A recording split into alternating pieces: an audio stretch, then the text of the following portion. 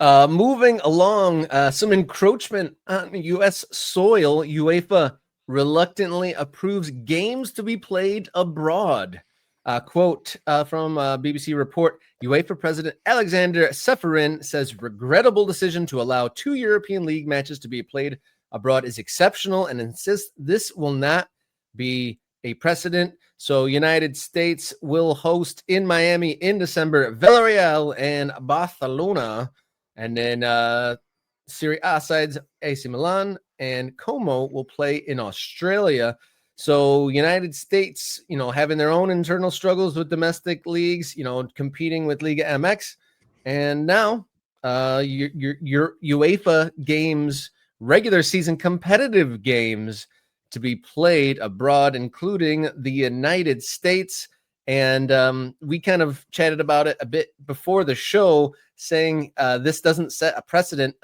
It seems hard to believe that this doesn't set a precedent. Okay, so let's contextualize this a little bit. So shout out to Jay Hunt again. Milan at least has some excuse. There's a stadium reason for why that game will be played in Australia, or at least that's the excuse. That's the reason given that's supposed to maybe massage some of the fears that Milan fans or Serie A fans might have around this game, that game being moved to Australia.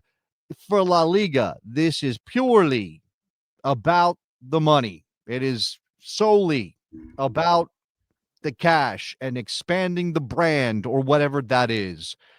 And so when we heard this was the plan, okay, first of all, you have to remember that there was a lawsuit in American courts over this idea. Relevant Sports, a promoter of soccer matches in the United States, said, we want to bring La Liga to America. And U.S. Soccer, as the custodians, the guardians of American soccer, went, well, no, actually, that's not cool. We don't like that. That encroaches on, again, the American game. At which point, because of laws in the United States, because of, as mentioned in the UEFA statement, the regulatory framework that we have in the U.S., there really was no way to stop it. Relevant won the lawsuit. U.S. Soccer settled with Relevant, knowing they really didn't have the ability to push that case to say, we're going to, because again, what power does U.S. Soccer, as just a regulatory body of soccer, have to say a business can't do business in the United States? That is not the way of things in this country. So Relevant wins, or effectively wins. This announcement comes out. This thing gets pushed to UEFA. UEFA then realizes they are stuck as well, boxed in by the law. This is what this is about. So when Čeferin says, while it is regrettable to have to let these 2 games go ahead, the decision is exceptional and shall not be seen as setting a precedent. Our commitment is clear to protect the integrity of national leagues and ensure that football remains anchored in its home environment. I don't think this is a man speaking out of both sides of his mouth. I don't think this is Aleksander Čeferin saying something he doesn't believe in with that quote. I think this is Aleksander Čeferin and UEFA going, what can we do? Our hands are tied. And I don't know, as a fan, I don't know where to direct my ire. I think I should be, because I don't like this, right? Like, I don't like this idea. And it's not just because of a protectionist streak I have about American soccer and how this encroaches on American soccer. It makes it harder for the product here domestically to capture the attention of soccer fans. I think that ship has sailed largely because of television. Like, we're just in a place where people consume their soccer on TV, and you have every league available to you if you want to pay a little bit of money for it. What does it matter if Barcelona and Villarreal play a game that matters in the United States? For me, it's just what Čeferin says there. The integrity of national leagues and ensuring that football remains anchored in its home environment. It doesn't feel fair to me, right to me, that Villarreal would lose a home game in their building because La Liga wants to make money, because they see an opportunity. In that, you can justify so much if you're just always like, well, we have to expand because those other people are expanding. So again, is this on La Liga? Is this should the collected clubs of Europe, especially the big ones, the collected leagues of Europe, especially the big ones, say, wait a second, this is not good for the future of the game? Because that's clearly not how they're viewing it. I think you hit on it, one of the worst tropes of our times, Jason, is the leaders of businesses and industry, and you can filter down to individuals too, saying, if I don't do X thing that's morally bankrupt, then someone else will. And we've been kind of like living through that for a generation or so, and it's Yeah. led us to all these places where there really isn't a lot of grounding and a lot of things. And I know this is just a soccer game one time supposedly between two Spanish Oh, teams it's not in one. It's Miami. what you mean. It's one game in a season, but Yeah, look, it's not crazy. Now, look, we're in this place in our country, not just in sports, not just in soccer, where you can say you talk about the potential slippery slope, and people go, "Oh, that's crazy. That's never going to happen. That's too far. You're being ridiculous." But then things happen that kind of back up this idea that these things can still happen, even if we don't believe they can, or we think that we have some laws in place, or some we all agree that these things aren't supposed to happen in our country. They're happening, right?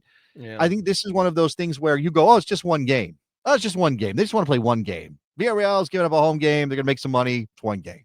And they're playing in Miami, right? That's a massive market for Spanish football anyway. One game.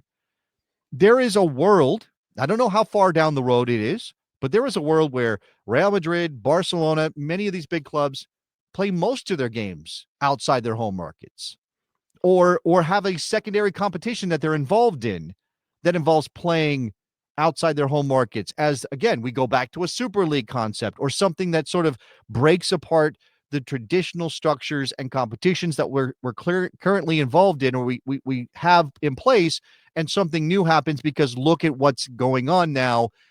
U.S. soccer, nobody can stop these games from happening outside of the home country, happening in the United States. There's money to be made. Let's go. And when you've got people like Florentino Perez, when you've got these people in charge who only see growth as worthwhile, and everything else, well, who cares about anything else? It's about growing. I think there is at least some reason to be worried about a future like that. Yeah, this quote saying it's not precedent. If it's not a precedent setting, it has ripple effects small and wide from the towns that these teams play, and not only those local folks don't have a game to go to. The schedule is no longer balanced like it used to be. They have outliers, and then also competitions worldwide. Like I've seen it proposed, and it makes more sense for like the Champions League final, something that was already going to be played in a neutral venue. Come there. That seems like more of a natural fit, That but does. also more That does. restrictive. Potentially every single team plays overseas. Now, and again, I think soccer has some guardrails, and because the sport has so many expressions in so many places, it's different. But of course, this is the same idea that the NFL has had. This is the same idea that the NBA has had, that Major League Baseball even has had. We're going to take our games and play them in other countries because that expands our market and makes us more money. I really want to address this, which is the competitive element of this. From Too Many Burgundies, not to talk about breaking the balanced schedule, this is a Barcelona away game at Villarreal. Now they will have one less away game in exchange for a neutral venue that will support Barcelona. Yep. Real Madrid. Now, in a different context, Real Madrid is going to be all for something like this. If it go to almost any country in the world and play a home if game. it benefits them, yes, Real Madrid could sell out any venue they want, and at some point they may consider this. They are very much against Barcelona and Villarreal playing a game in Miami for exactly that reason. Their concern, their complaint is this will benefit Barcelona in the title race, because now Barcelona is now playing an away game at Villarreal, which will be a tougher game to win and collect full points from.